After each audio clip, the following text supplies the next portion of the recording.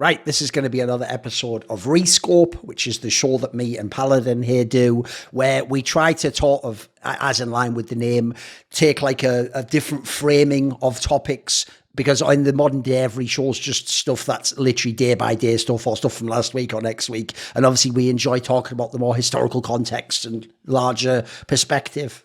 So what is the first topic for this show, Paladin? I wanted to talk about this kind of format conversation that everybody's been having. We obviously talked about like the pros and cons of the Swiss stage, and the conversation about double elims, and whether or not like certain seeding makes sense, and like these like IEM Colognes and Katowices where you have the final round of the upper bracket deciding quarterfinal and semifinal seeding and stuff like that. And on the flip side of that, we also have this conversation regarding when teams just bomb out of a tournament, do we kind of blame them or do we blame the format? And so I guess if I had to encapsulate the question in one sentence, it'd be, when do we blame the format instead of the teams? And I guess the examples that I could give was FaZe losing to BNE at Rio, being put into that scenario where they had that kind of a matchup in the O2. You had C9 who bombed out of Katowice, where they basically got first rounded in the lower bracket against IHC, and then you had Liquid losing to Big in the spring groups, which is a wonky format with Blast and whatnot. So I guess the place that we can kind of take the conversation first is, what would you consider to be an ideal format to be properly critical of a team, like and say like, okay, this was a bad result from the team rather than the tournament format, I guess. Yeah, I do think it's actually a big topic, but unfortunately it almost never gets discussed. And unfortunately, I feel like the reason it doesn't get discussed is because, first of all, we're not talking usually about specifics. It's more like this is like an abstract question about how you... Essentially, it's like, what do formats do? How do they judge like who succeeds, who doesn't? And how do we correlate that to whether you are the better team if you won the game and you went further in the tournament, etc.? So I think one of the problems when people are coming up with format angles is they tend to just either pick one specific case. So like a classic example, if you want to say that like it's always the team to blame, would be G2 failing to make the last major, right? It's probably the best example ever because they were one of the best teams in the world. They didn't even get to the major, never mind like do something at the major. Like they didn't get there. So to a lot of people, this is the reason why Richard had his whole thing, they took that as like, right, this is proof that they're not good enough. Like, if you were a world-class team, you make it to the World Championship minimum, and then we go from there. It's essentially a given that you're supposed to make it through. But that doesn't really, you'll notice, address anything to do with the format. Like, you notice no one was in that conversation making... This is what annoys me, is when I make my case of like, well, I think, for example, like there should be no BO1s and this aspect of the format is bad. They don't then go, no, I think 2 BO1s is brilliant and actually it's better. That's what they actually logically should be making the case for if they want to make the then conclusion that it's all on G2, right? Because if it isn't all on G2, if even part of it's on the format, it then becomes actually quite a viable discussion to talk about the format, not least because, spoiler, we can't control how the teams play. That's the one part we have no control over. That's up to the teams. So I actually think that's a great example of it because you might notice, I think I've been borne out pretty right on that one. I didn't say that them failing to make the major meant that the roster is totally doomed. It has to be broken up. Like, it's a shit team. Like, everything they were frauds. It was all fake all along. So I would say one thing I'm already circling around, you'll notice here, is sample size is a big problem, right? So, for example, G2 losing that major, people have to remember they played 3 BO1s. One was against the Ecstatic team no one cares about, so everyone forgets that one. One was against Cloud9, a really good team, so it's not even like, it's not shameful to lose to Cloud9. Like, think about this. If you're going to imply what people implied about G2, and I'm using that because I feel like a lot of modern fans it'll be easier if I use an actual example and go point by point instead of going too abstract. When they lost to Cloud9, look, yes, if you're going to be the best team in the world, in theory, win that game. But think of the other version of it. The other side is this. If you lose a BO1 to Cloud9, does that mean you definitely don't deserve to be in a major? You know what I mean? Like, that's sort of what you're implying if you think it's fair. So let's say you take the Cloud9 when you go, okay, it's not the end of the world, put that one aside. Essentially, then you lose a BO1 to 1 win. Okay, that's not that great. That one sucks, certainly. You should still probably win, but it's a BO1. And then it's just 1 BO3. And 1 BO3, yes, in theory, I know we would all say the best team should win in a BO3. Yeah, but there's also the whole aspects of like, in a match like that, I think it would be very unfair to suggest both teams have exactly the same pressures on them in that match. Like, if you're Gamer Legion, I'm just going to say, I know in theory you're playing to get to the major yourself, you know, and you want to, but you're nobody. Like, if you go home, nobody's shitting down your throat if you don't make it. No one's going to laugh at you if you lost a close game. They'd go, great match. You have no pressure, basically. Meanwhile, if you're G2, there is only downside. Like, remember, if they won that match that didn't even qualify them to the major, they started to win more after that. If you lose that match, it's the end of the world, though. And so as a result, this might sound strange, but I would just say if you watch the last major and the last few major cycles of qualification, I actually think at this point in Counter-Strike, we almost should put like an elimination match at an RMR. Feels like in importance, it would come after like the final and the semi-final in terms of like the most pressure you could put on someone. Like, I actually think it's probably more pressure than even a quarter-final of like a major, because, you know, if you make it there and you're an underdog, who cares? You're supposed to win. If you're the favourite, whatever, it's a normal match still to some degree. So I think that's part of it. Sample size is a problem for me. Like I've always said, the reason why GSL groups to me are very easy to accept is if you lose two BO3s, two full BO3s, listen, unless the group was scoffed, like you had three of the best teams in the world in your group, probably it's reasonable you went, oh, I can usually accept that. I can sort of take that on the chin. I will say one part, because I've had to think through my own arguments and where I get lost sometimes. One part I do think gets lost is this.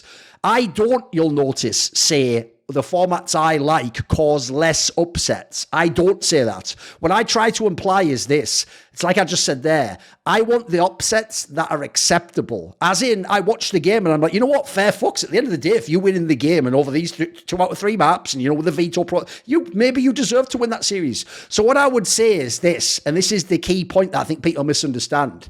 I actually think from watching all those blast groups to tie in that format, where, for example, this year's a great one, where Evil Geniuses, who was objectively a really bad tier 1 team, they're not in tier 1, let's be real, like, they're just a bad big name org, right? Beat who was literally the number 1 ranked team in the world, Heroic. I mean, by results, Heroic would be number 1 in the world.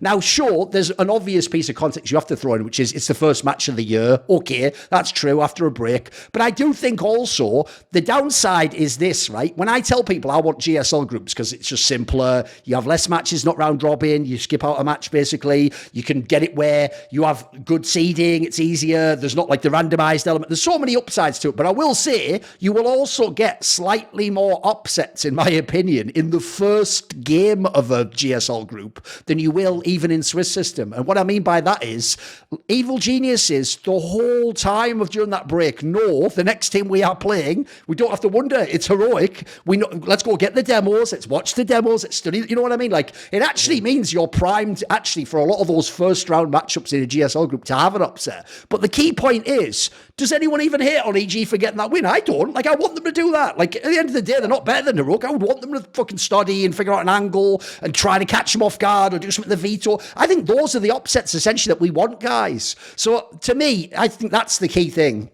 It's not that I don't like favourites losing. It's just I want it to be like there was a logic to why they lost. Or it feels fair. Like you had, like I say, if you have 2 BO3s, you can't do it. Unless your group is very unlucky, you probably don't deserve to be the round of it at that point in time, mate. Like now we're getting into the weeds of like, I just want this team to be there rationally. So to me, I think sample size is a huge one for me. I would also say, that's why I implied seeding at all points there. I would say strength of schedules, another obvious one. I think that's probably the number one thing that you can convince a casual of about Swiss system. I actually think, by the way, dude, you can convince them about strength of schedule way easier than you can about BO1s. Because unfortunately, a lot of them do think stupid shit like, yeah, but you're still the better team in a BO1. Whereas if you just show them, you know, your team played against Cloud9, Na'Vi, and fucking like Mouse, and then my team played against, you know, like fucking...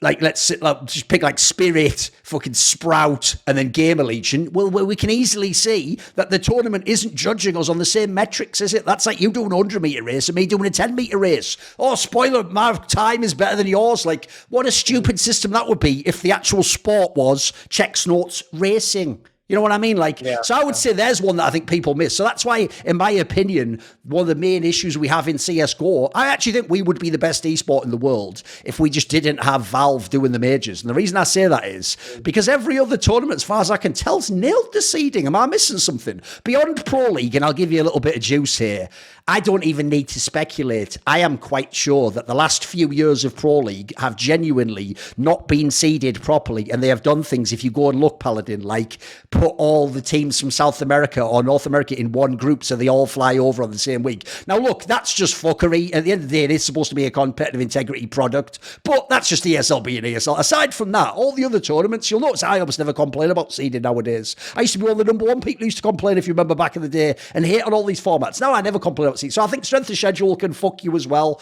Like, I hate the idea of the randomized element of the fucking Swiss system. Even the Bucholtz doesn't work that well, guys, because the problem is the Bucholtz itself can be fucked by the first two BO1s, can't it? So if the two BO1s, which are by definition the most high variants, get fucked, Bucholtz doesn't sort of take care of itself. In fact, I might do a video about that one day. I sometimes feel like the Bucholtz ends up being a bit whack. Like, you look at the end of the teams who make it and you think, right, all I want is to avoid this matchup, but it feels like that's always the bloody matchup you get in the quarterfinals, like the two of the top three teams always face in the quarters. And then the last thing I'll just say is, I implied it earlier, but I think anything that punishes... Oh, well, no, I didn't imply it earlier, but it's what I often say. And the last one I'd say is this. Any format that punishes winning, I also think means it makes it harder to, like, assign almost like merit to the win or loss. And so what I mean by that is I always give this example that if you use a format like a round robin and then I win my group and the format goes winner of a group plays second place of a group and I win my group, but the problem is I'm the second best team in the world and you're the best team in the world, but you lost and came second in your group. If I have to play you in the quarterfinals, how is this a good format? Like, why? I'm actually being punished for winning my group. And by the way, just as an aside, the way that you know that part drives players crazy is because in 1.6, I could tell you literal examples of where it was known which one out of the group you played. As in, when you win Group A, you knew that, right, I play Group C, number 2. And when the world's best team would lose Group A first game, it was like everyone was trying to lose those last games in Group C. Like, there'd be a game where, you know, like, magically people are just, like, running in and getting... I'm flashed, oh my God. But two teams have been trying to do it to see who could sort of compete to get the better matchup. So already that implies to you, spoiler, if you're not even trying to play to win, there's something a bit fucked about that format. So I would say my three big ones is sample size, strength of schedule, and then if it punishes winning. Now, within all that, look, by the way, I definitely don't have the perfect format, and I don't think there is one. I think you're always compromising something. So what is your take? What were you thinking of when you came up with this question? So I always thought about the tournaments that I kind of respected in terms of their format, and that was a little bit more like different, I guess. Okay. And the organization that I always was very confident about, that I enjoyed watching their tournament start to finish, was all the stars. The last two seasons of Star Series, right, where okay. Star Series season 8 had double elimination all throughout. So it was like your Katowice and your Cologne type format. But then your playoffs would also have double elimination, which I know you've mentioned it a number of times with like League and stuff like that, where they're still struggling with that concept of double elimination in playoffs, which I think that facet in Counter-Strike hasn't been explored enough yet. It's barely been used at all, has it? Yeah. Yeah, and it is just such a powerful tactic to construct a brand new narrative that we probably haven't seen in CS, and it tests the kind of idea of, is this team actually resilient to a setback or an upset or something like that? And I think that could strengthen the conversation of, oh yeah, well, this best of 3 was just a hitch in the road in the quarterfinal. You know, maybe the matchup wasn't necessarily the best, maybe the stars weren't aligning on that day, so they made a run through the lower bracket, and now we've got a final where it might be a rematch of that quarterfinal. It's much more exciting because, you know, the lower bracket team has powered their way through, and now they're activated. So I really like just the concept. I think a lot of the issues would be solved if we had a double Olymp playoff stage, just because it doesn't really punish you for getting to that bad matchup of like a, you know, winner of a group being the second best team in the world and the second place team being, you know, the best. No, it makes up for it. Yeah, like you said, yeah. And that I think that would kind of bypass that, which would be fun. And I think the other format that I really liked was Star Series Season 7, and this is more of a pipe dream just because of how long that season ran. But it was basically just BO3 Swiss stage, which at that point, I think, yes, I still like the random aspect in some sense. When I mean by that is like the kind of baseline level of a team is tested thoroughly, and basically you don't have a chance to anti-strat. I mean, you know, had the discussion with the first round of a GSL system. You know what that matchup is going to be, so you anti-strat. Yes, it's like But I I said, yeah, mean, you could have more but upsets on the first one, yeah. right, but in a Swiss stage, I mean, yeah, sure, you might have that first round also still being the case, but I think everything after that, you can't even prepare the third or fourth opponents in your GSL group. It would be everybody in the group, so you would have to do general work, and it would really test the kind of general level of a team, and I think it would push them to kind of perform a little bit better. And I think more often than not, we've noticed that the better team does win in a best of three, as compared to a best of one. But of course, if it fails, then you have extra opportunities to test it against other random opponents. And I think that just the opportunity for three chances before you go out in best of threes, no less, is a little bit more lenient. Of course, I think the biggest downside of that is that tournament ran for a really, really Oh, long sure. time before we got to the playoff stage. But to me, I really do like the random test because it shows that this team is good beyond preparation, and I like when a team is tested on the day and having no real preparation. They have to kind of just go in with what they know as a team and like kind of their own chemistry between themselves, and what they've prepared against any kind of team. You know what I mean? You know, that actually even makes me think that of my criteria, actually, this king is just sample size. Like, if you have enough sample size, it just feels fair. Even if, as you're saying, even the randomized element, like, obviously, in that scenario, it was possible you could get a really unlucky set of 3 or 4 teams and you could end up going out, etc.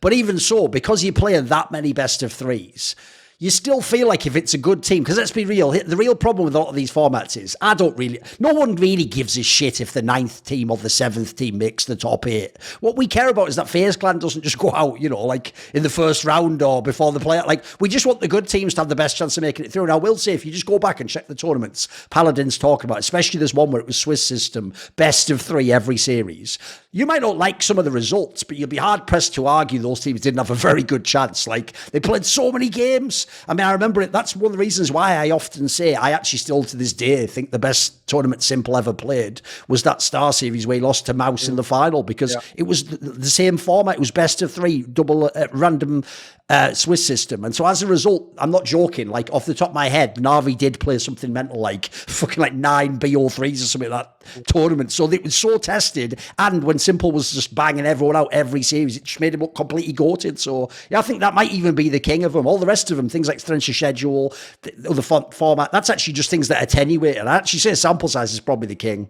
It's probably the king factor on this one. Yeah, because I mean, at the end of the day, we get a lot of. I mean, if you want to use current tournaments, I guess EPL is also a pretty good metric of when people start to decide, oh, we should make a roster move here and here, because you have played so many games. And although the tournament again is a bit long, I still think it gives you a great understanding of where a team is currently at, and yeah, I guess the priority there is not necessarily the strength of the opponents per se, but it's more so just the number of games that you're playing. And even in the playoffs isn't just quarterfinal, semifinal, final. You mean 90% of the time these teams are gonna have to go through 1 or 2 more extra rounds of quote unquote playoffs. But at the end of those tournaments, we always have a definite of where things are lying, and I feel like they usually kind of ramp into the major cycle anyways. So every time we start with the RMRs, I feel like we have a pretty good handle on where each team lies and what narratives we can construct before these bigger tournaments. Yeah, by the way, just as an aside, like Pro League is probably the most ridiculous like sample size something. Because I remember the other Right, day, yeah. I was trying to look up, because obviously Big got eliminated. I was looking up like, how did that hyped guy actually do from beyond like the odd game I saw? And I saw in Pro League, remember his team didn't even make the playoffs. They played 17 maps. 17 guys. If you don't know, back in the day, I think teams like Luminosity used to win the major with like 9 maps played. So, you know, something outrageous like that. Like, it didn't take that many maps. That's crazy, isn't it? That's 17, not even in the playoffs. Wow. It's a pretty good sample size, so you can't lie. Yeah, It's right. pretty good then, right? Yeah, right. All right, we'll do this then. I'll just do mine in order. So Sure. my first topic was since everyone's talking about this idea and everyone's super hyped just unanimously, I don't know why, because I'm not that hyped personally. Like, I've seen new games come out, I've seen games get changed, and spoiler, like, I don't trust people not to fuck things up. Like, if you haven't noticed in life, in esports, by default, things tend to get scuffed and fucked up. So what I tend to do is, it's like, I'll tell you a funny premise, right? You will know this, right? I'm recording this right now on the really old school OBS, not like the OBS studio or any of that. I'm just using the old thing everyone had 5 years ago. Now, why do I use that? Is it because it's better than OBS Studio? No. I use it because it never breaks, Paladin. It just works every time, exactly how I want it to work. And I'm not going to update it, so I'm going to change. It just works. If you can understand that mentality, you'll know why I don't want a new CSGO. But okay, everyone else does, I get it. And everyone also wants the dream that all the old players come back and everyone from Valorant. By the way, no, that's going to happen, but I understand why everyone wants to believe it. You know, it's like, the dream is they all really believe when CSGO 2 gets announced that like Tarek and Shroud are coming back. Like, no, what they're going to do is for a month they're going to come back, get all your views, and then go straight back to do whatever they were doing anyway. So anyway, since the hype is CSGO 2, or you'll notice, this is another thing that's driving me crazy, dude. It's the conflict between Source 2 and CSGO 2. People are acting like they're the same thing even, bro. Like, for all we know, God forbid, by the way, CSGO 2 is like Overwatch 2 and it's just a mild update. Because you've all made all this furore and talked for years about all this shit. Look at the clues, the numbers, Mason. What do they mean? Like, trying to do all that shit. And for what? At the end, it'll just be the same thing, the slightly upgraded graphics, like all the same skins. Like, that would actually be whack. So the problem is, I'm just going to take the premise that if CSGO 2 comes out, or Source 2 with CSGO on it comes along, I'm going to take the premise, like all past versions of Counter-Strike, maybe the game will have some elements changed in it. It doesn't have to be drastic, but enough of a change. Because even though, for example, CS Source looks quite like CSGO. Even CS Source has differences from CSGO, and some of the players say there's significant changes. But so our point is, as far as I know, every version of Counter-Strike had pretty big changes. In a world where that happens, right, what I wanted to ask was, it's a bit like a tweet I did the other day, what 3 players, because I thought 3 is just a cool number to pick, it's not too many, it's not too great, it gives you a little sample size to pick from. Pick 3 players that you actually think that it would basically have the most to lose from a different version of Counter-Strike becoming essentially what we just play as Counter-Strike tomorrow. And so my 3 were as follows. Now, I picked some really big names, but the key thing with this one is you could actually go any direction you want on this. Obviously, you can define what they are. And in fact, when I've picked my 3, I've sort of done each one for slightly different reasons. So my 3 that I picked were in this order. It doesn't have to literally be this order. These are just my 3, and I'm going to go in this order. Number 1, actually, I would put Ziwu. And the reason why I picked Ziwu as my number 1 is because the joke is, first of all, he might actually be the best player right now. If you actually look at current form and a waxing player, he might be the best right now. So already you don't ever want to give up being the best because, again, like I said, if the game's at all different, the problem with how these games go, because the margins are so fine in a game like Counter-Strike, you don't just go from being the best to like, you'll only be the 3rd best then if it's different. It's like you might be like the 100th best. And unfortunately, 100th best is amazing in a sport, dude, but it ain't the same as being the best. It's very different. And so I think for him, he essentially, he's the person who literally, by definition, loses almost everything if CSGO comes out tomorrow and he doesn't get lucky that he's good at it, because everything's on the table right now for Ziwu. Be the number 1 player in the world, win the major.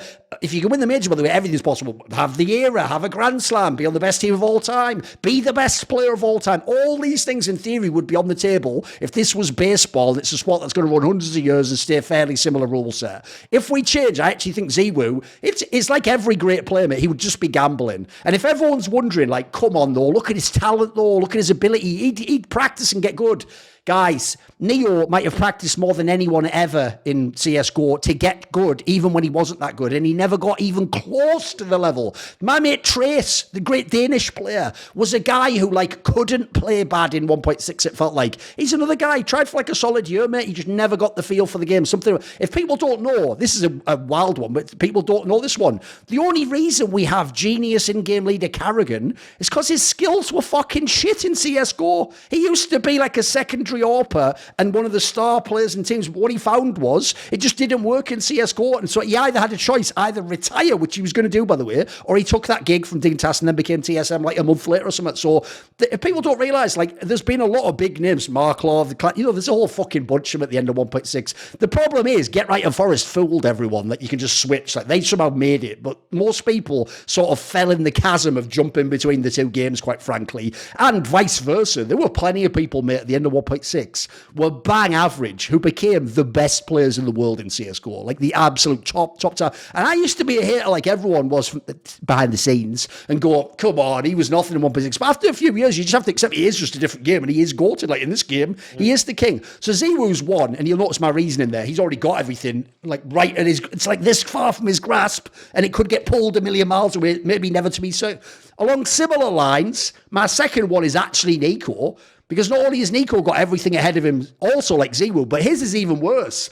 He's had all these years that imply he's in my category, if people have noticed, like Kenny S. It's like, it's just up to them if they want to be good enough, mate. Like, if they really want it enough, they will do it, I promise you. Nico's like that. Well, the problem is, I can't tell you that in a new game. I can't tell you it for anyone. I don't think people realise, even Simple might not actually be the best in the new game. Because remember, like what we said, the difference between 30th and best is so enormous, but it's only 29 humans. There only have to be 29 people. The game's slightly different enough that they're better at that. And by the way, spoiler, just go look at Valorant if you want to see people who were average in CSGO who were the best players in the world, and vice versa. People who, if they came over, maybe they'd be really good in CSGO and they're average of that, who knows? And then the last one, this is like for a third reason you'll notice. I've tried to sort of give a different reason for each to show what I think might potentially happen. The third one in line with those is Monacy, obviously. Because the problem for Monacy is this. He actually does look, for my money, for the eye test, like one of the most slam dunk players that is tracking to be like a ZywOo, a Nico, a Simple. I mean, you could actually argue, by the way, he's already sort of there on the first couple of years of where they are. He might even be faster tracking them. I know maybe ZywOo had the fastest scale up, but Smiley sort of did skip out for a year or two, but let's ignore that for a second. You'd look right now when you'd go, if you had to pick, like if I asked, if say one of these questions here, which I've sometimes thought about doing, would be like in 2 years, which player will be number one? The reason I don't ask that, Paladin, is because it would just make the convo boring and everyone would say Monacy, wouldn't they? Like, there's not really another name, like, unless you just say ZywOo or Simple, you're just going to say Monacy. It's the obvious third name, isn't it? That feels like a slam dunk. So to me, it's just that since it would be a new game, he might just be no one. And he hasn't done anything yet, really. He's done a little bit in CSGO. So you can see the angle I went with for Malfrey. You could go in any angle you want for yours. Obviously, people could think you could have done in-game leaders, anything. So who did you have as your three? So Monacy, I had to include it on the list because I felt like it was a very obvious answer. And I mean, he doesn't even know what his own ceiling is, you know, and he's been built on. He's been built on this game. He's living, breathing this game, and you just see how many hours this guy puts. Any interview you see that from anyone on G2, it's all about this conversation. That, you know, even after they win their game, he goes home, he just plays Face It all day, and it'll be like he barely gets any sleep, but he'll still come into the next day and practice there too. And that alone, like that kind of work ethic and all of that, he feels the kind of tapped into the game that. If that was all just ripped out from under him and he goes to a different game, that mentality itself of like I was like in this pole position to start creating a name for myself and trying to join that elite club of players. And now I have to start it all over, and we're at ground zero. And I don't think, I mean, it's all just like that kind of perception is what kind of separates you from 1 and 30, as we were saying. Yes. And I think that alone could just rip out that entire narrative, which would just suck because, I mean, he finally has a core of players that he can actually win with. It's not like a ZywOo situation where he's playing with these carousel of French players and even this international escapade where nobody really knows what the team structure is and ZywOo's still going to do ZywOo things. But Monacy actually has a team that he can potentially make an era with that kind of parity of teams and the level that they're showing right now. And so if that all just gets ripped out from under him, I think that's just a sad thing to happen. I will just say though, just for pure comedic reasons, it would almost be like karmically funny, but also fucked up. If that's what happened to both Nico and G2, it's like right when they actually are ready to just win everything, Paladin, they're like unstoppable. It's like actually the game itself just gets changed. Like, that would be so fucked up. After all of these years, all those finals is all. Yeah. I guess from then on, I mean, the other, I mean, I also had ZywOo, but I had some other players that I also listed out because I think that Axile and Shiro are definitely two that you had mentioned in that tweet, but I think that definitely we're in that conversation. I think they're interchangeable. But I think that they're so young and they still have so much ahead of them, and they haven't even had the opportunity to play within a system that truly works. Like, sure, you had the online period, sure, you got all those trophies, but as we all know, those trophies are now meaningless. They don't mean anything. They're just words on a page. And honestly, we talked about the asterisk before we even jumped into the LAN period after COVID, and it's even more egregious now than Oh, it ever. is. Yeah. Where you always see the graphics before all these games, or they compare tournament stats, and it's always there. It's always going to be in the back of their heads, and I'd like to argue they're in a prime of sorts in their careers right now, Yeah. where they are just on the top of every leaderboard possible. They're hard carrying, but then you look at the results and they're all mediocre. They're nowhere near the kind of comparison one to one from team to individual that they would require. And I think it would just be brutal for them that, again, they would have to reset everything. And they finally hit this kind of peak. They can kind of see the trophies in the distance. They're aware that if maybe there's an IGL change here, maybe there's a person change here, maybe we change a coach, maybe that's where we start winning everything, and the team rankings just shoots up. We start to have a conversation about being actually a good team.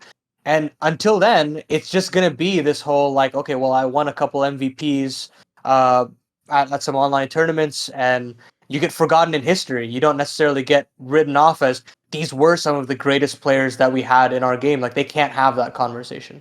Oh, by the way, I realised one flaw I did do, so we'll fix it after this one. It's like, technically, you asked me your question and then you answered afterwards, so I should have done it that way. I've realised now, but whatever. We'll do it on the next one. All good.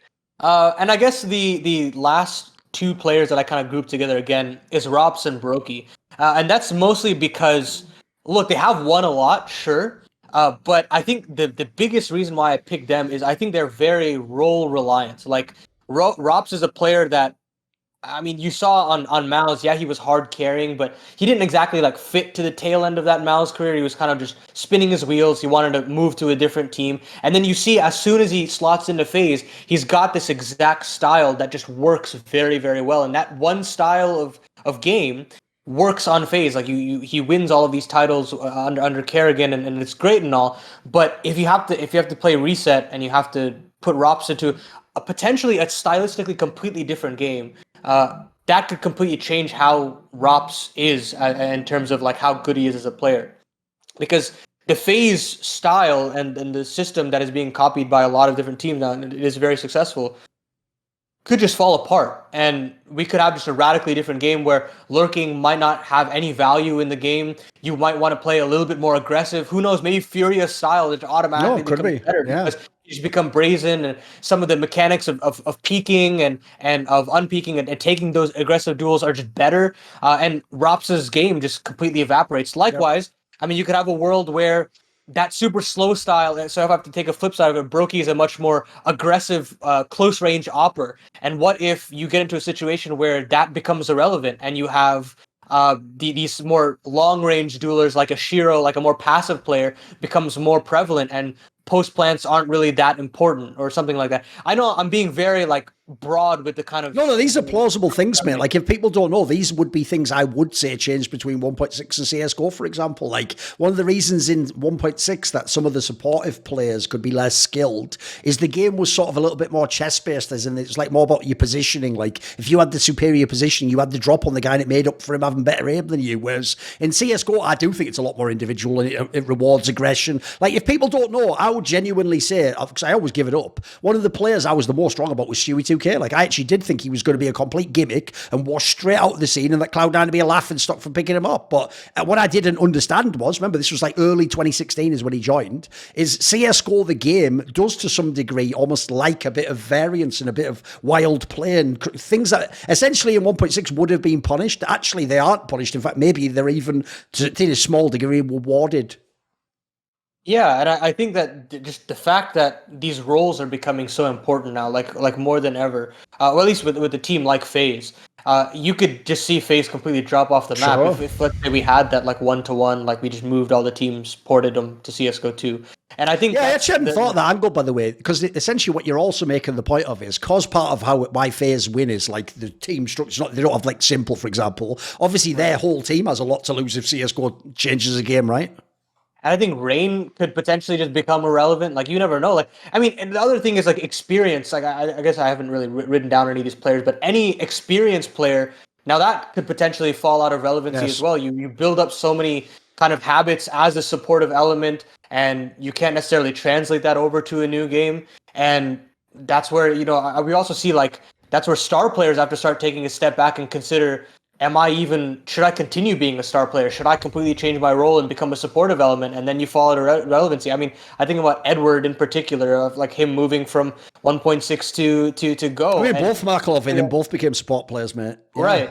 And I mean, you can argue like there were certain periods where they did find that transition, but as soon as the game started getting a little bit older, they quickly fell out of relevancy. You could see that they were definitely holding their teams back. And that's where, again, you just lose, like all that experience becomes irrelevant. And that, I think, would also be a huge blow. So you could really pick any player from that. If you want By the way, I actually think that's a very fair one, because I would also say, if you look, it doesn't seem like in CSGO, quite frankly, it rewarded like past game experience that much. Like if someone like Existence was a genius in-game leader, it wasn't because of what he did in Source. You know what I mean? Like that actually doesn't, I would even say you're right on that. I didn't thought of that. And I was mainly going on like game elements, like your aim and how the fucking guns operate. But you're right, even experience would actually become probably semi-worthless, I'd say, because like beyond, and quite frankly, it's only in-game leader, I think would even take any experience. Like obviously players like NBK, so I mean, unless he's just good at the next game, why would you take him? Whereas in CSGO, your whole reason is think of all the experience and he knows every mechanic in the game. Oh, that wouldn't exist anymore, would it? I guess the only difference I would say between 1.6 to Go is that we've seen like this huge jump of like the amount of in-crowd events that we have and these kind of big stage games. And I'm assuming that if we would port to CSGO 2, we would continue to have those kinds of big stage games. Sure. And I think that intangible can always be held on to. Oh, that aspect of experience, like actually not being afraid to play the game. Yeah, that's true. Right, yeah. By the way, there just weren't as many of those in 1.6 because obviously there weren't big stages and stuff. Yeah, it was more like just the major or whatever. Well, it wasn't called the major back then. I think that 1-to-1 can actually be translated fair enough a little bit better. Yeah, so there's I a think little something there. But there, I still think that mechanically there are just certain habits, flight paths, styles of game that just could quickly fall out of relevancy, and I think that is probably the most important thing of it all. Right, let's do it like we said, because actually you're right, that format makes more sense, because otherwise then it's like I ask the question, answer my own question, you answer it, and then it's just going to be one person talking for 20 minutes constantly. So what is your next question? I'll answer it and then we'll do it that format. I'll get it back on track. Sure. Yeah, I guess we'll switch gears to map pool. We talked about it last episode as well. And we've had a lot of conversation. There's a lot of negative talk about the map pool, and I think it's rightfully so. I think it's pretty just in terms of the argument with basically Anubis, Vertigo, and Ancient being very ugly in the map pool, and we've got very stock standard vetoes. But I'd like to switch the conversation to what the potentially best map pool in history is, because I know people love to have that kind of conversation of like, oh, this is the best map pool. But then when you ask them, what is the best map pool that you thought, they don't actually have an answer as to like what maps they originally liked having or what kind of changes they might actually have. They're just like, oh, I just don't like these maps, which I think is dumb, because I'd like to think that at least you should have some kind of viable option to kind of either replace these maps or kind of look back at what worked and then act accordingly in the future. So I guess it's a pretty cut and dry question. What is the best map pool in history, and why do you think so? Yeah, wait there 1 second, because I just have to double check. I think I'm missing one when I was doing it here. Let me look. Basically, I know the era. I'm just trying to double check what the actual map pool is, because the one part that's tricky is you have to remember the order that they cycled the 7th map in and out. And like, for example, the Nuke and Inferno reworks and the Train rework, these are the 3 big ones in history. So like the problem is, when I look on this here, I'm just trying to find it still, but I'm lost on one of the maps. So I'll see if I just find it as I look through. Wait there a second. Oh no, I've got it right. Yeah, there we go. Right, I know what my answer is actually. So basically, this is actually the reason why, if you notice, I always cite this one period in history, and everyone always agrees and loves it, because it's because of everything. It's because they had the teams, we had like the tournaments were just getting big enough, and I also think the map pool is the best. So basically, it's in 2015 in the latter part, because you have to remember, Train rework came around like the spring of 2015 and replaced Inferno, the old Inferno, if you remember. No, that's wrong, actually. It replaced Nuke, the old Nuke. That's it. This is before the Inferno update. Because if you remember, here's the detail that's key to my map pool, to which one's the best Paladin.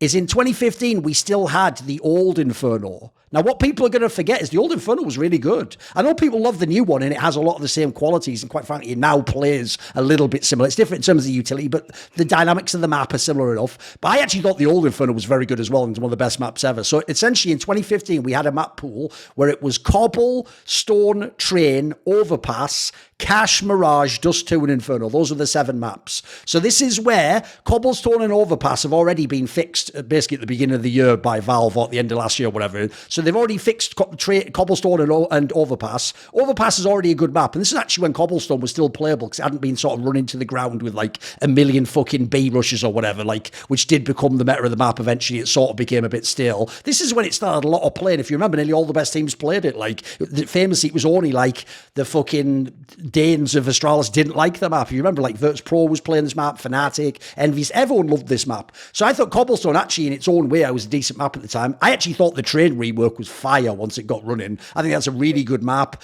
Overpass, I've always been a fan of, even though some people don't like it. For me, Cache at that point in time was still a good map. I think Cache and Mirage, for me, this is an era where we had Cache, Mirage, and Dust 2. So you can imagine, if you're someone with a player like Nico, you could just frag out on these maps, but you'd have to have this is one of the reasons I also like this map pool. If you have a Kenny S, a Sharks, a Nico, they don't even have to have teammates so they can perform. And then the last map's the old Inferno, a banger. Also one of the best maps ever for like great series and fucking epic matches. What I love about this map pool is it fits perfectly my old model of what I want the map pool to be. So you've got Cobble, Train, Overpass, which are fairly tactical maps and revolve like more of a team element. You've got Cache, Mirage, Dust 2, which allow the fragging and the fast and the up-tempo play. And then you've got Inferno, which is probably just the ultimate map, isn't it? It has like all kinds of different elements. It's quite unique as a map. And to me, I always use this term. That's the balance I want. I don't want the map pool balance like every map is 8-7 halves. I've always said I just want it to be like essentially like a toolkit, and then the players and the teams decide what tools they want to use. And so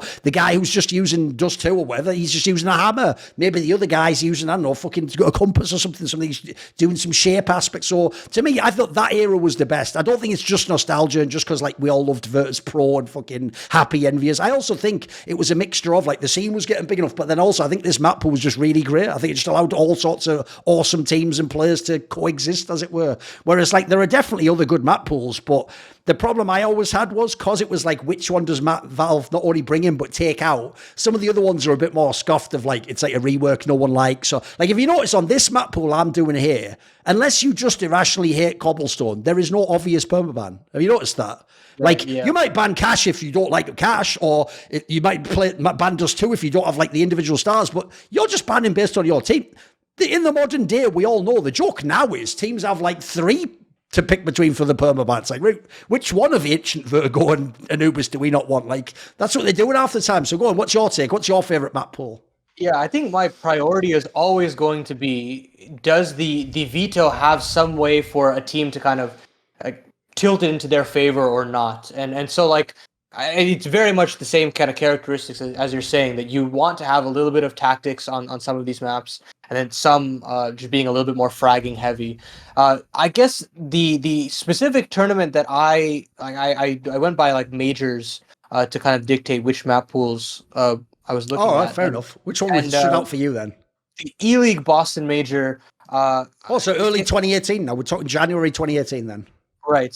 So this would be Cache, Cobblestone, Inferno, Mirage, Nuke, Overpass, and Train. And the big thing here is that Dust 2 is gone at this point. And I think that... you weren't a fan of the old Dust 2? I don't think I was, just because I think that the biggest aspect of why it just didn't work is teams had kind of figured it out by then. I think this was like... this had the rework, did it not? Or am I misremembering? I think this had the texture change, but no door changes yet. Yes, I think that's right. Yes, that should be right. If it came back, it'll be the rework. So yes, it would have been the rework. Right. So I didn't like when we had it before. I mean, I think we had it at E-League Atlanta, and it was easily the most boring map in the pool for me, for my money. I mean, I think the only exciting Dust 2 game that we had in that tournament was the quarterfinal between, I think, Gambit and Fnatic, which was very, very close, and it was very scrappy all the way through. But overall, it just felt like there was a lot of these protocols that were already understood about Dust 2, and there was no need for the map in the pool anymore, especially when you had maps like Cache and Mirage that still were scrappy enough that you could get that kind of excitement off of those maps, and there was enough kind of variety in the styles of how you would approach certain parts of the map that like it was like, okay, well, if I'm watching a Cache game every round of the major, I'm not going to be bored because I know that there's going to be a different style to each type of Cache that I watch. And then I guess so that would be the kind of more scrappier maps, and then you would have Cobble, which would kind of promote set pieces. At this point, executes weren't necessarily like the cream of the crop in terms of strategy, but for some reason on Cobblestone, everybody would love trying different ways to take the B bomb site. There wouldn't be a set style. You would have kind of the smoke walls in front of statue, or you would have kind of a scrim out by smoking half wall, and you would walk out plat, and you would try to kill people through chicken coop and then scale as a team that way.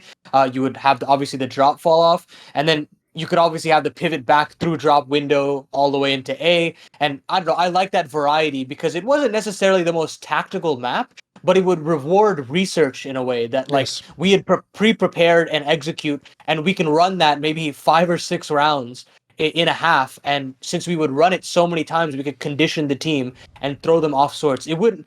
So it's not tactical in the traditional sense. It is more so you kind of learning how to kind of mess with the opponent. It can be a little bit more of a mental game.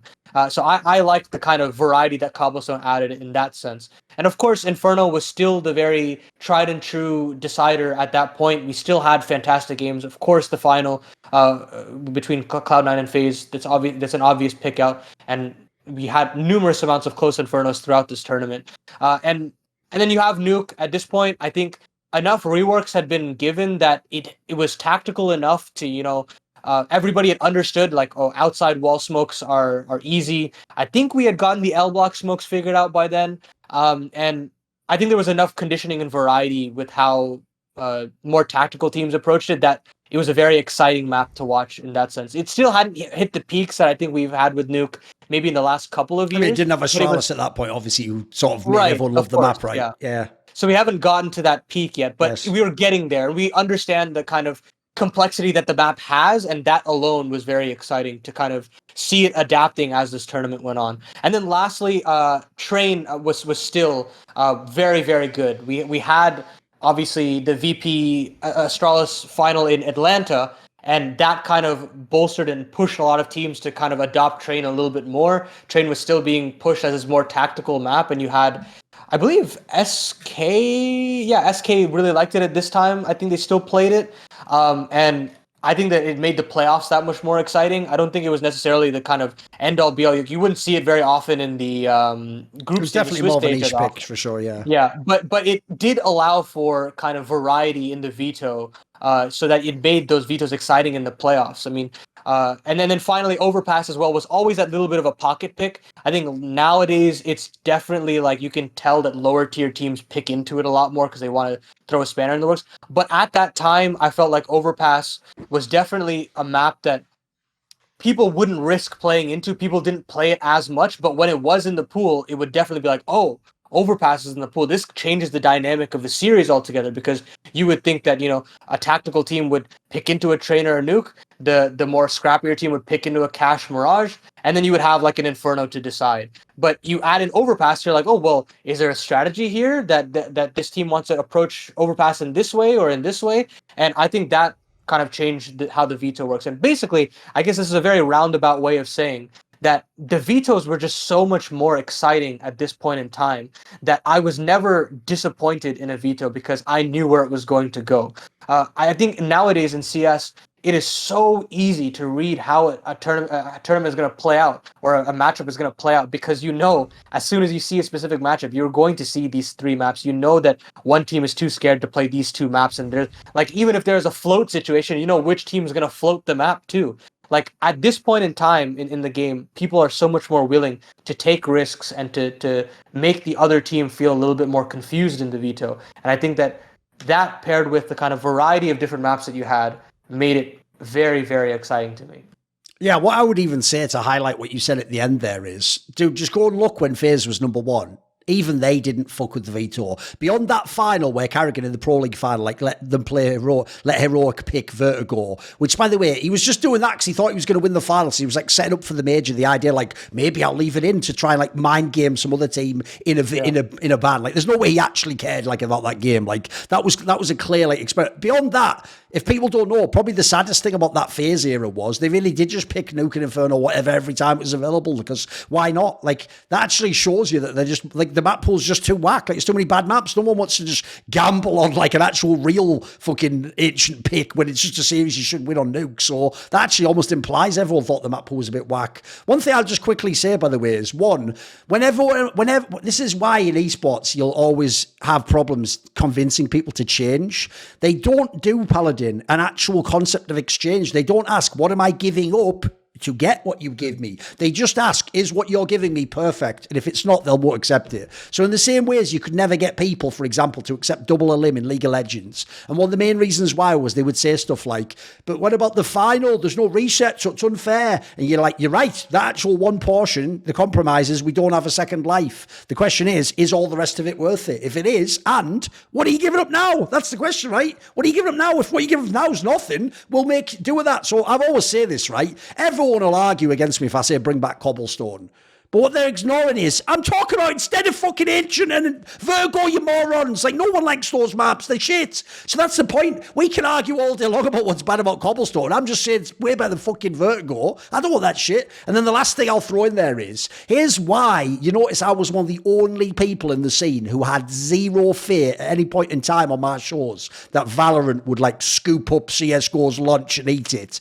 Because Valorant's maps are fucking garbage, lads. They're so bad you don't even know. Like, I'm telling you, if you've played the game even a little bit and you watch some pro games, you will be shocked by how basic pitch these maps are, how small they are, how badly designed, how they don't have any of the dynamics that we have in CSGO, by the way. Like, take the worst maps everyone hates. You know, if you ask fucking Nico, forever he just thinks Overpass sucks for like 7 years. Bro, Overpass would be the most goated fucking Valorant map ever created. Like, they'd worship that map like it was Old Dust 2, the most iconic Counter-Strike map of all time. Like, so don't worry about that aspect, boys. There's plenty of other reasons it's not going to overtake, but that one alone means like it could be a big game, but it ain't taking CSGO's players because their maps are just way better. And that's actually one area in CSGO, as much as we're bitching about them now because it's in a pretty bad state, that's actually one thing I think generally about CSGO is good, is the fact because they don't chop and change maps constantly, we get to enjoy all these years of like seeing people play a map. I even think it's really cool, by the way, that when someone like FaZe is number one and their home map is Nuke,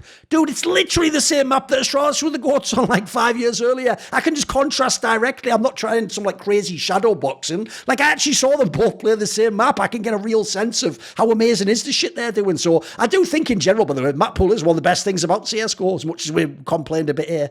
Do you have anything else on that topic? When you do mention, I mean, the comparison of FaZe and Astralis, they completely play the map entirely different. Oh, like, for sure, yeah. You see that it's just changed, and you see how much more scrappy FaZe are, how much more their CT sides aren't necessarily as kind of structured and kind of hive mind based as Astralis were, and you don't see those kind of drastic executes. Like, I mean, the biggest thing about Astralis was that those upper executes, you would never know where to stand because you would have a Molotov, a nade on your feet, you have a flash in your face. But I just think that idea of map pool is also very interesting. I think the last thing is that nowadays you do say that FaZe had a home map, but I don't even think that like largely too many of these teams have a dedicated home map, because I feel like these days the way the veto works is like they kind of just play towards the weakness of the other team, so they won't necessarily pick their best map. I'm not necessarily sure if this has to do with the map pool itself, but I think that also I think hurts the map pool these days, where you don't necessarily feel as though there's that each of these teams are going towards their strengths. They're more so going towards the team's weaknesses, and that kind of, I don't know, it rubs me the wrong way that people are not relying on their strengths, I guess. Right. One of my questions was, who is the best team never to win a major in CSGO? Because obviously on this one, like the whole thing is, I actually don't think we'll necessarily agree. I think there's a real chance we can go a lot ways. Like there's a lot of teams, for example, probably should be in the mix, right? So when you mean by team, you mean by like 5-man unit, not like an organization, correct? Yeah, exactly. Like a literal lineup of 5 players. Yes. Yeah, I think the Grand Slam Team Liquid will always be my number one pick. I mean, I'm always going to be impartial just because of an NA team, but at the same time, I think that they were literally winning everything before that tournament, and it felt like there was absolutely nothing stopping in their way, and you could tell that Astralis was slowly starting to deflate. There was literally no there was no resurgence in sight after all the whole Blastralis stuff was happening, and you could tell that it was pretty much curtains. This was Liquid's major to lose.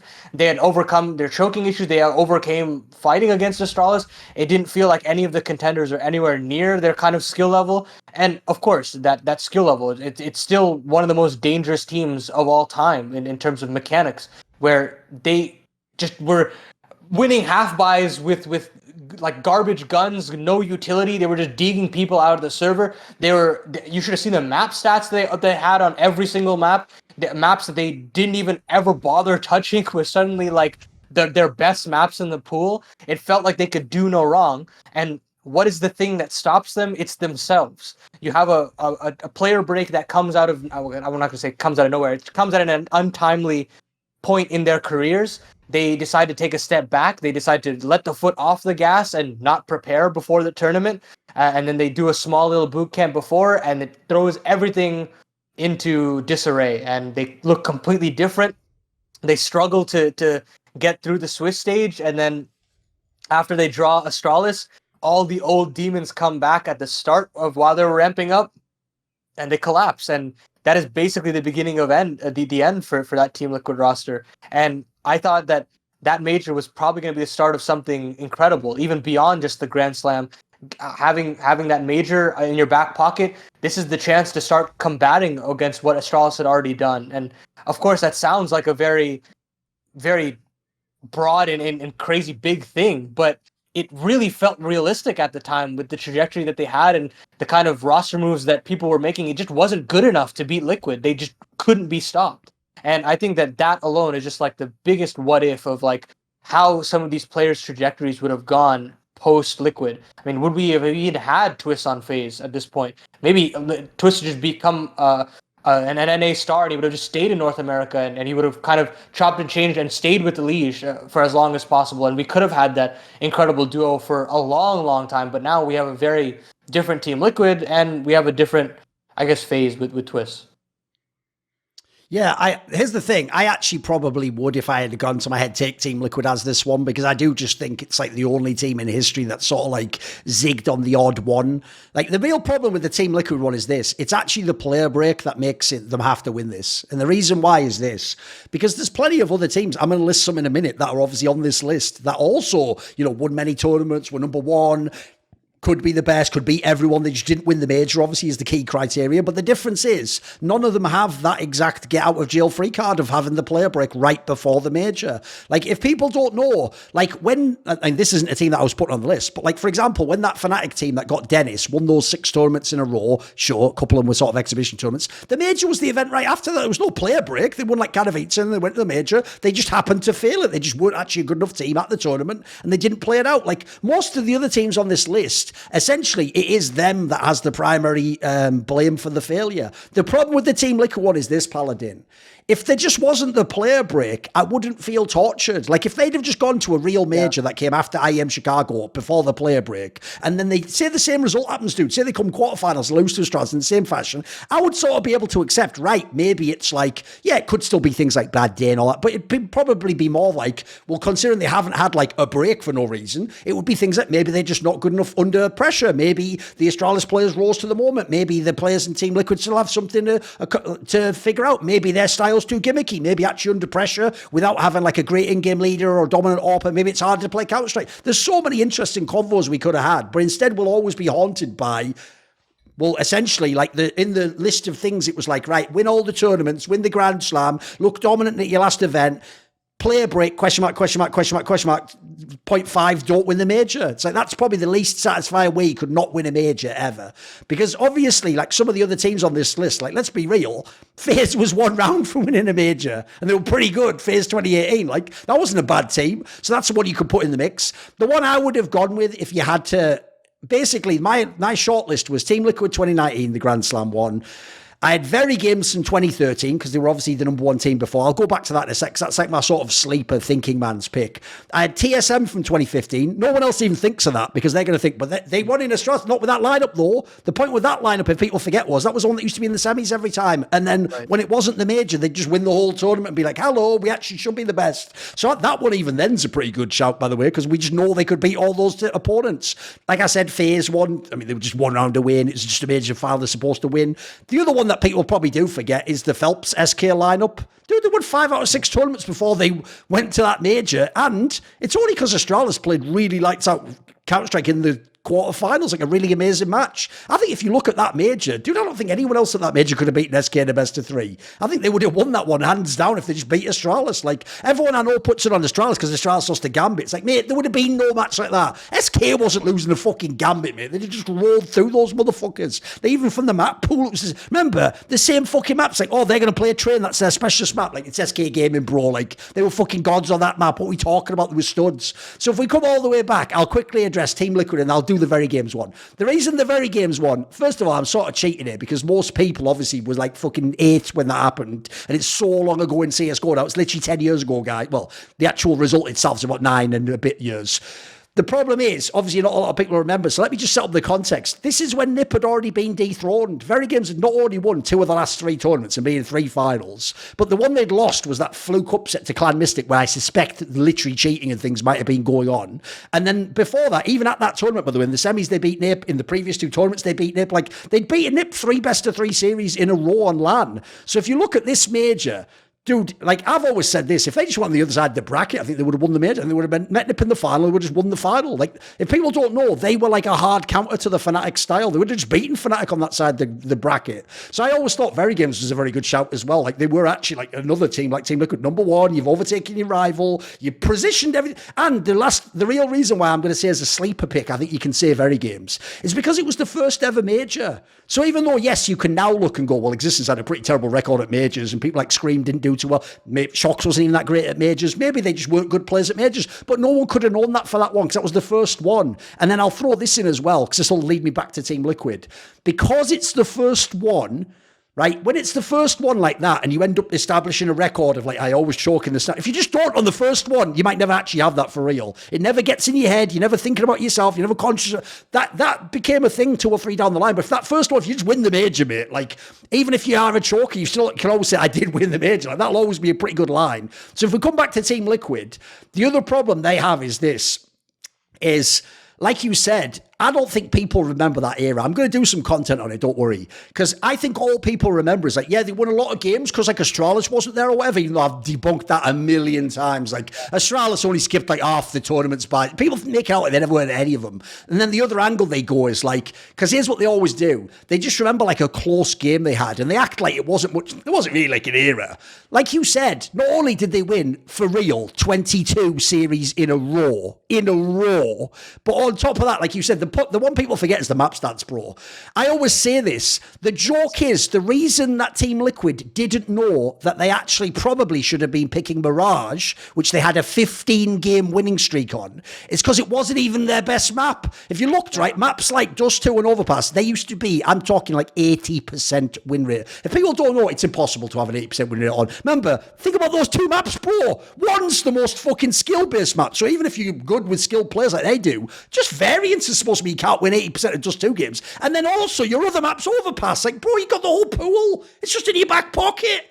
It's in your back pocket. And if people remember in that era, that was the era, by the way, where if Astralis played Inferno, Team Liquid would have dusted them off too. There's the one angle to that story that never makes any sense to me. Because they tell me this, Paladin, simultaneously, Astralis are geniuses for preparing Vertigo, but they were also always the better team anyway. Why are you preparing maps? And you know what I mean? Why not just do what Astralis did to Team Liquid every other time the year before? You pick Inferno, or they pick Inferno, you pick Nuke. There's our 2 best maps. We win the series 2. They didn't. They obviously themselves... The joke of that one is, I was right in both of those tweets that people always bring up. You know the one where they try to show I'm a hypocrite? Because when I see the veto, I say, this looks like Astralis is like fucking psychologically broken. And then when they win, I go, what a genius veto. By the way, those aren't even mutually exclusive. If you ever go look at the wording, the concepts aren't even vaguely mutually exclusive. So to me, The point is, I do think it ended up being genius. Like, it actually was the only way, when you see in hindsight, that they could clearly have stolen a map without it being contested. But I also think the only reason they did that is because they knew they weren't better, and they had their little bit of weakness themselves, and they sort of thought, we'll throw the curveball first. Because there's the other thing people don't get. You don't throw the curveball first if you're the map one selecting team, because then if you fuck up, they just dust you off on their map. It's 2-0, it's over. You don't have any safety mechanism. You don't even know what they're going to pick, remember. No one knew. Would they pick overpass? Would they go in some... No, who knew where they were going there? So I'll just say that I do think Team Liquid 2019 is actually mad underrated. Even though people will say at the time they were over it because they didn't win the major. I actually think if you look at the context gets better and better the more you look into it, mate. And now you see the trajectory of some of these players. Do you even think that they would be in that position anymore? I mean, it's probably not going to happen unless something drastically changes with Liquid now. I don't think that was the sweet spot. Yes, exactly. Come close to it, and that's that was really the overlap of those 3 stars, wasn't it? Like all those. I mean, even Stewie was actually sort of in like a mini Renaissance, if you remember. Like almost everyone had a great time on that team. Yeah, I'm with you. Also, but by the way, I like the very games angle. The other thing to say is this as well, bro. Not just because it would have made this epic Team Liquid story, but I would love to live in the world where Team Liquid won that major, because that changes everything in the whole game. Like, first of all, like I said before, dude, they would have won without a truly all-time great IGL and without a dominant AWP. That just changes Counter-Strike immediately. Remember what everyone said for the next 3 years? It's boring, these HLTV lists, because the AWP's just overpowered and whoever's the best AWP is the best player, isn't he? That wouldn't even be, like, relevant. Like, they'd have actually done sort of a mini what FaZe did, except FaZe has the IGL, like, just years in advance. Like, that could have changed everything about how Counter-Strike's done, especially in North America. I'm sure it would change how they make teams, their vision of can you win, can you be the number one team. It would change everything potentially, mate. I guess the other 2 teams that I have one common thread, and that's Guardian.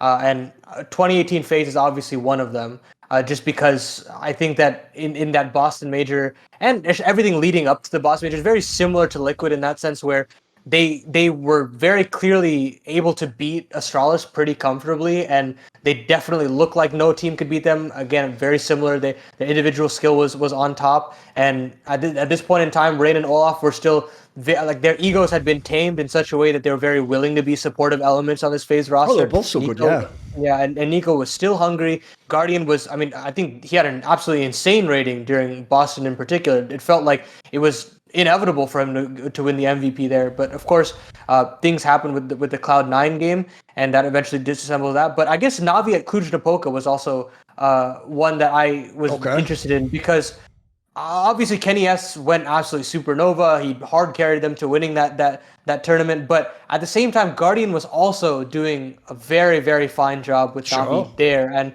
getting stopped at that last hurdle is just brutal, because I think he played his heart out in that series, in that final series again against Kenny S.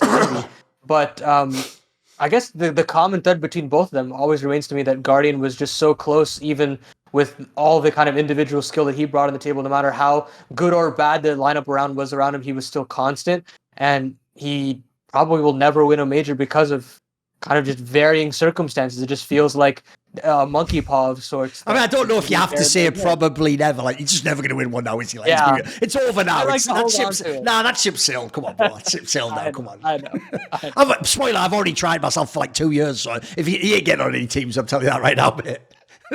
Yeah, I mean, after he joined that Sampi team or whatever. No, that was the one chance, unfortunately. Yeah, that was the one chance. Man. I guess we can move on to my last question. Let's do it.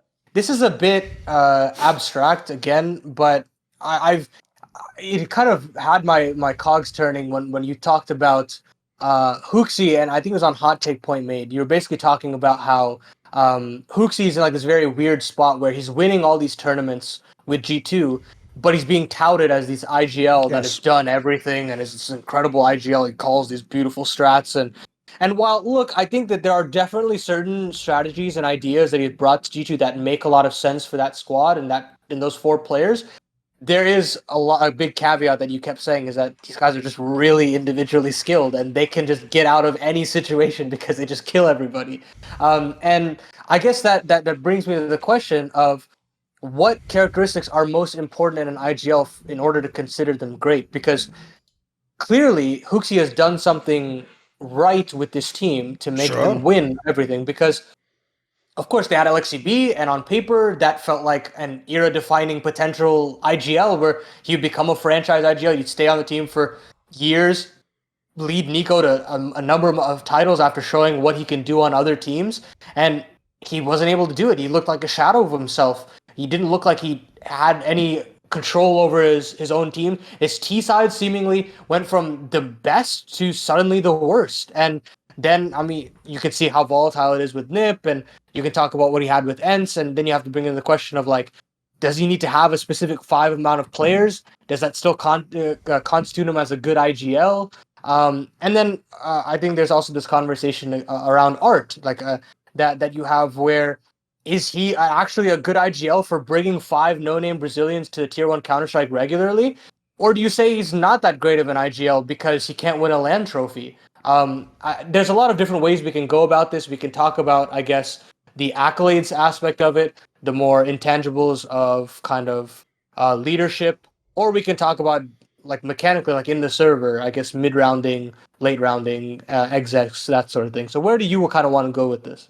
Yeah, I've gone mainly more for like characteristics of the leader himself. Like I haven't done anything about accomplishments. That like I think too many of those factors involve things like who are your star players, what country are you from, what's the meta, what's even the map pool, like things like that do matter. In fact, I'll even say, by the way, if no one ever does this shit, so I'll give you the idea for free. An easy piece of content that would be historically very interesting would be just look at how the map pool was changed by Valve and which teams went up and down. No one even fucking does it. I know people theoretically do it, but they don't ever actually look. Wait a minute. If you look at this team, they needed this map to be like the 4th in the put, and then Valve added that. Like, yeah, Valve just changed all the history in that scenario. The butterfly effect, isn't it? So what I would say is this: I have a few, and I've tried to do it roughly in order. Like, I think the ones I mentioned first are the most important, and then as you go down, it's not as important. But these like round out the list. So I actually think, because I also do try to do that, I try to figure out like, okay, say I have like 5 or 6 qualities. Well, obviously they can't all be equally important, and some of them on their own might not actually even be that good.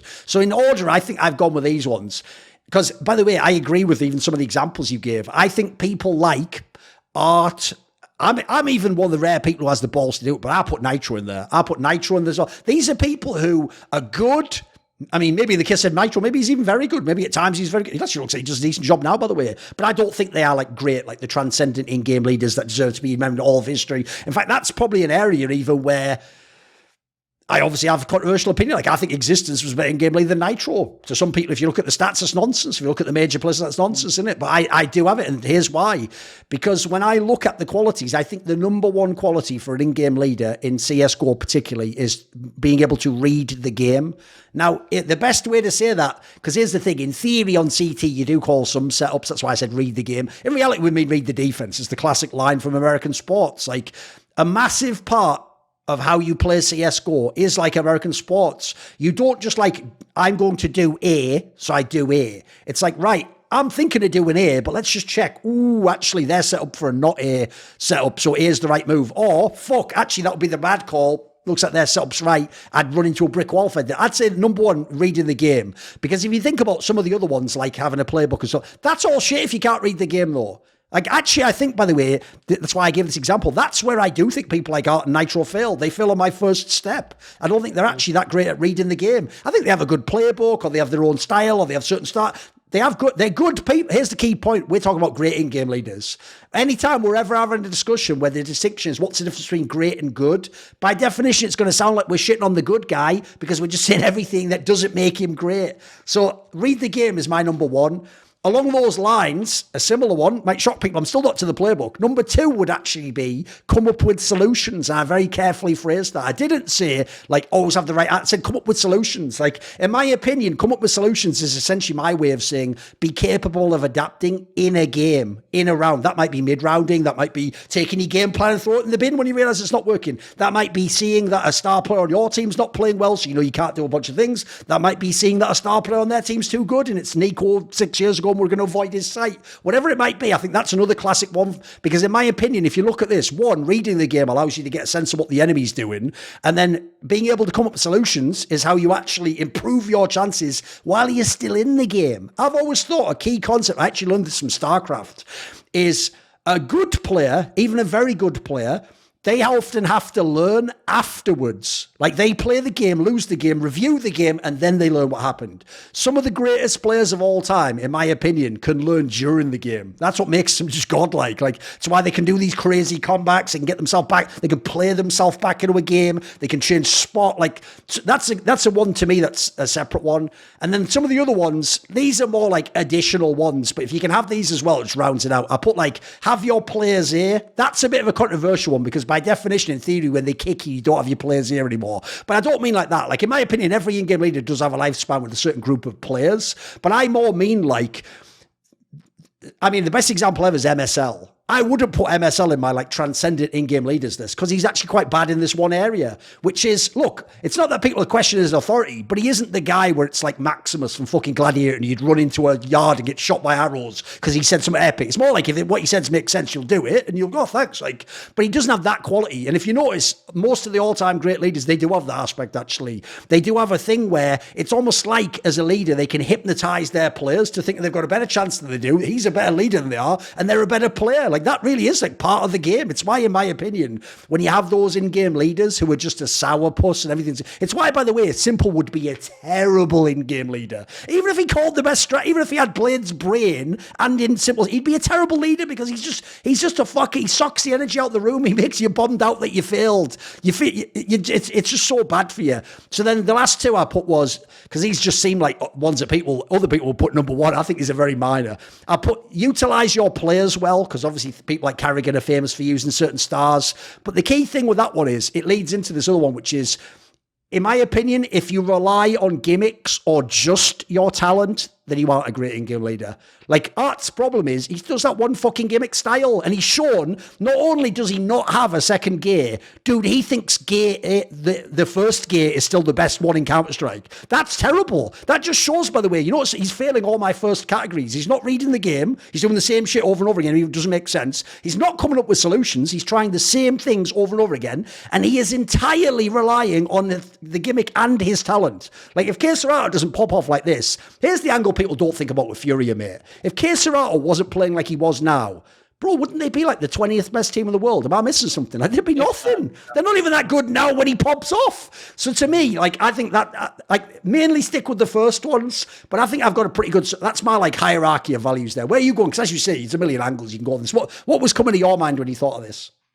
Oh, wow. I mean, yeah, I think you've done a very good job in, I guess, the overarching points, because I think the reading has always been my favorite part of the game, where you see like them adapting on the fly and they make these calls where they just have a cerebral understanding of like they can see the mini map, but like through the perspective of the other players of like, you know, one player's watching this specific angle, so we know that we shouldn't even bother even shoulder peeking this angle. Don't even try. Let's get away from this part of the map. I mean, I think at the peak of Alexi B, I always think of ENCE and the beginnings of OG, I suppose, where they would go to these blast tournaments and they would be like down like 12-3 going into like T-side Dust 2, and they'd come all the way back, and it would purely be based off of only mid-round calling. It would only be mid to late round calling, where Alexi B would, I don't know, send a feeler out onto the B side of the map, and this would they'd sell an incredible fake, and this all meanwhile while they're scaling along on Dust 2, they're hugging the wall all the way through, and they just explode onto the site, and the other team just absolutely dumbfounded because the timing is just so brilliant, and he's got this whole idea just of mapped out of the map so well, and I think that aspect, I guess mechanically, I'm always very interested in. Can they actually grasp the concept of leading 5 individuals? Because I can definitely see that there's certain IGLs that love to just set up a specific player, and I don't think I necessarily like that all too much, because it shows that if that one idea is gone, then you can't win. I.e., like the beginnings of Vitality, when they were actually contending against like your Liquids, they weren't impressive at all to me, because it very much was Zai will go kill, and if he killed, they would win, and if it was against a really good team, they would get really close to winning, and people would think that, oh, they're a pretty decent team. But in reality, the calling was not very good on that team, because I mean personally, I didn't think the calling was very good, because they didn't have any other ideas beyond just ZywOo go kill. Of course, they had different issues with the kind of individuals that they had on the team and whatnot, But regardless, I still think that it showcased that I believe it was Alex at that time that was calling.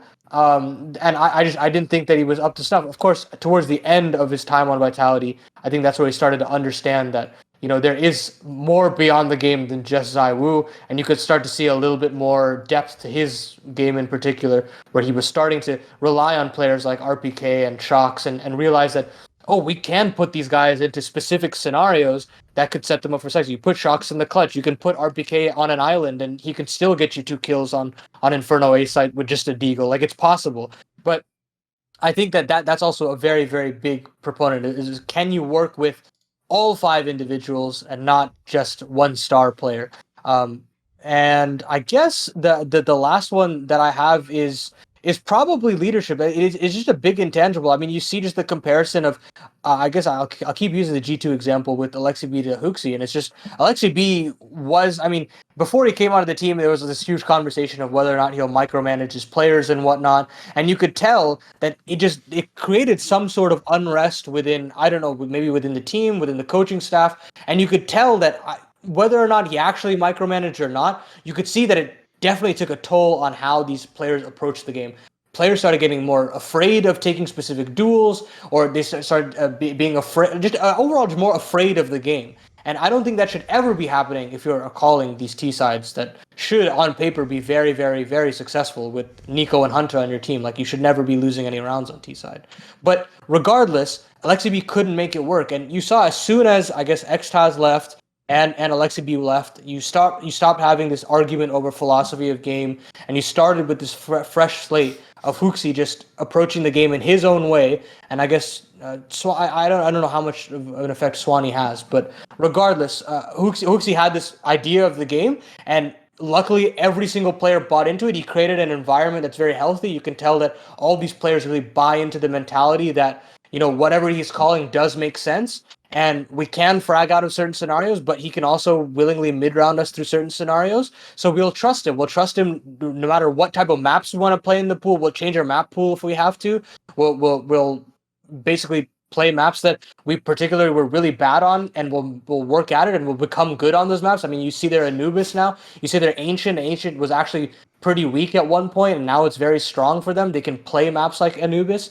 And I think that all just boils down to the leadership aspect of Huxi, and the fact that he's not necessarily one of those players that's like this very stoic, like, oh yes, I guess the example uses was Gladiator. Like, it's not necessarily like that, but I think he's fostered enough of an environment that everybody feels comfortable enough to take risks, and those risks are understood by Huxi, and, you know, there's that symbiotic relationship between the two of them that it always works. So it's a different kind of leadership, but I think leadership works. So I guess all in all, the leadership is super important. I guess the reading as well. But I think the one that was a little different was just working with the actual 5-man unit rather than just being all guns blazing with just that one specific star.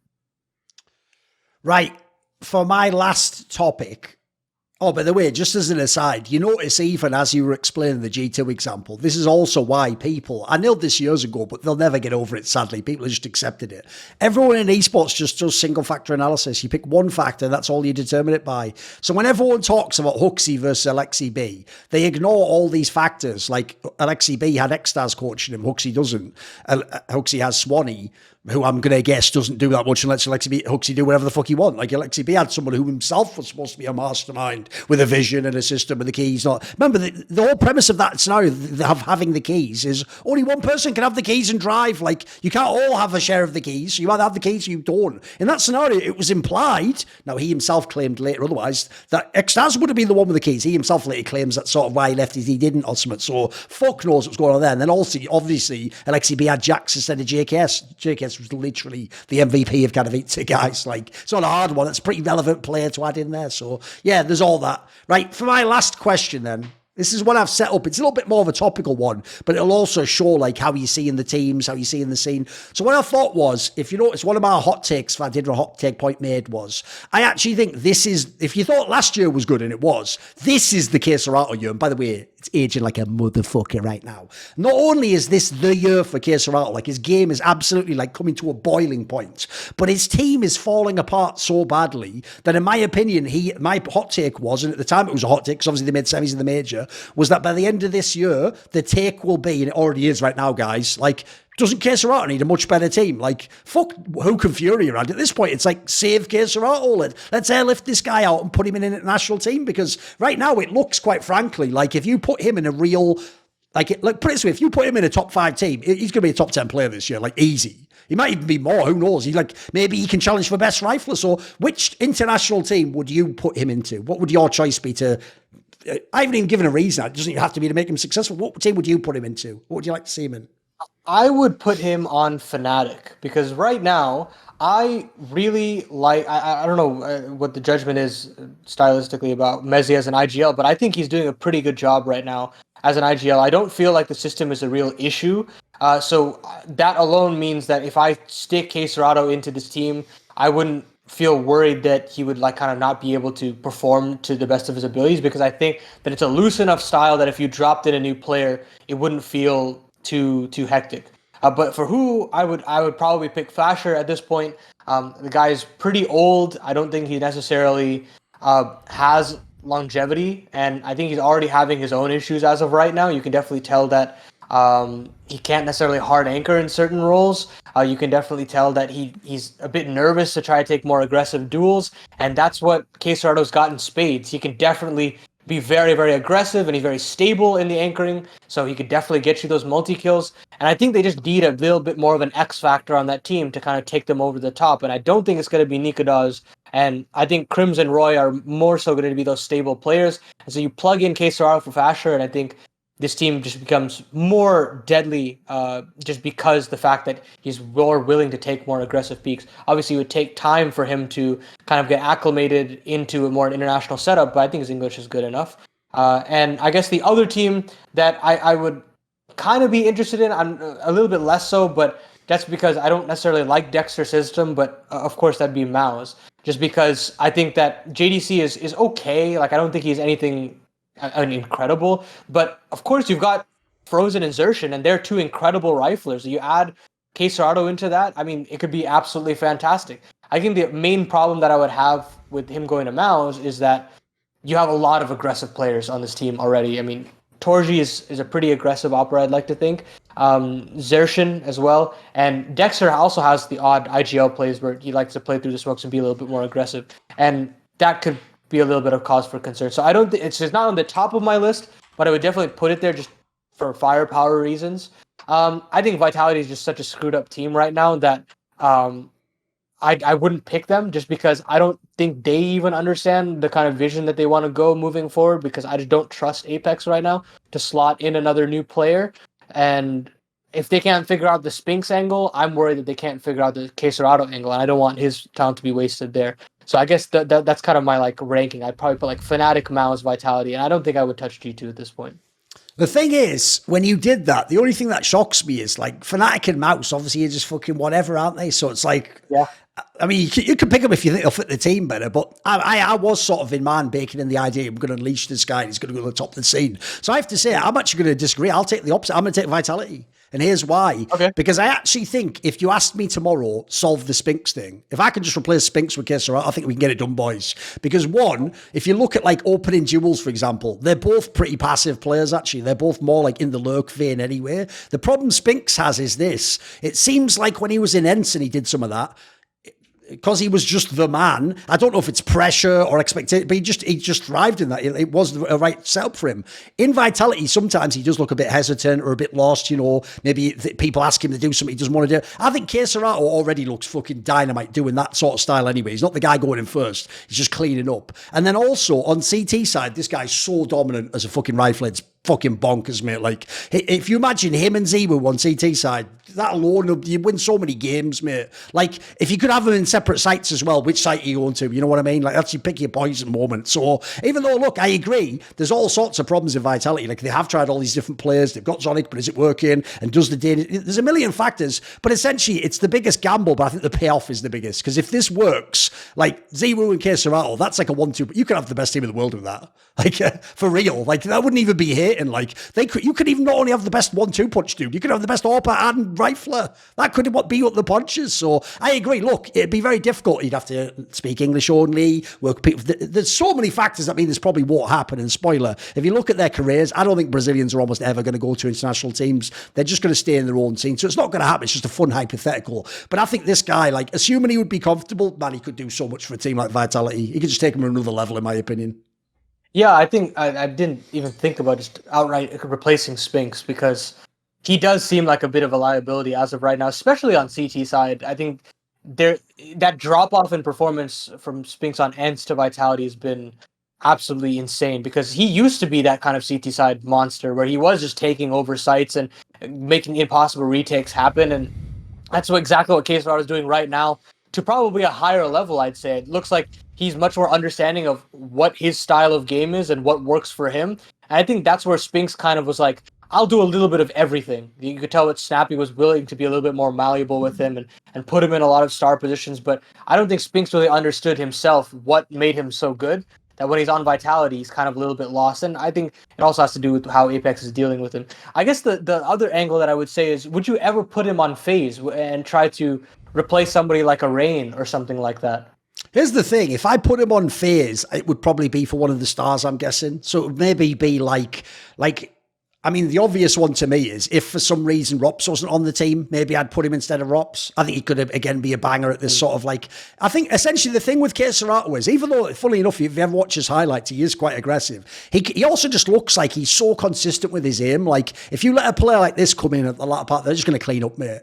Like, this is why I actually thought this is where fans, again, they can't help the single factor analysis, Paladin. It's why fans are so boring with hypotheticals and analogies. Because all they do is go, but he isn't the best in every way. And you're like, that wasn't the point. I was making one point about a different factor, you know. So one of the things they do that tilts me is, you might have seen that they were all losing their shit with that whole thing where, you know, the whole reason why Yanko got flamed by Art is because Yanko was critical of Art as an in-game leader, so then Art said he's a dumb guy, and then the context that people added was on that Talking Counter episode, when they'd gone into it, Yanko had even said that to him, KSCERATO's output is better than Prime ColdZera. Like, the fact people spiraled on that shows they weren't even listening. He didn't say KSCERATO's better than Prime ColdZera. Notice he didn't say that sentence. Why would he put in extra words if that's what he meant? What he said was that his output... Now, what he meant by that, Paladin, is like...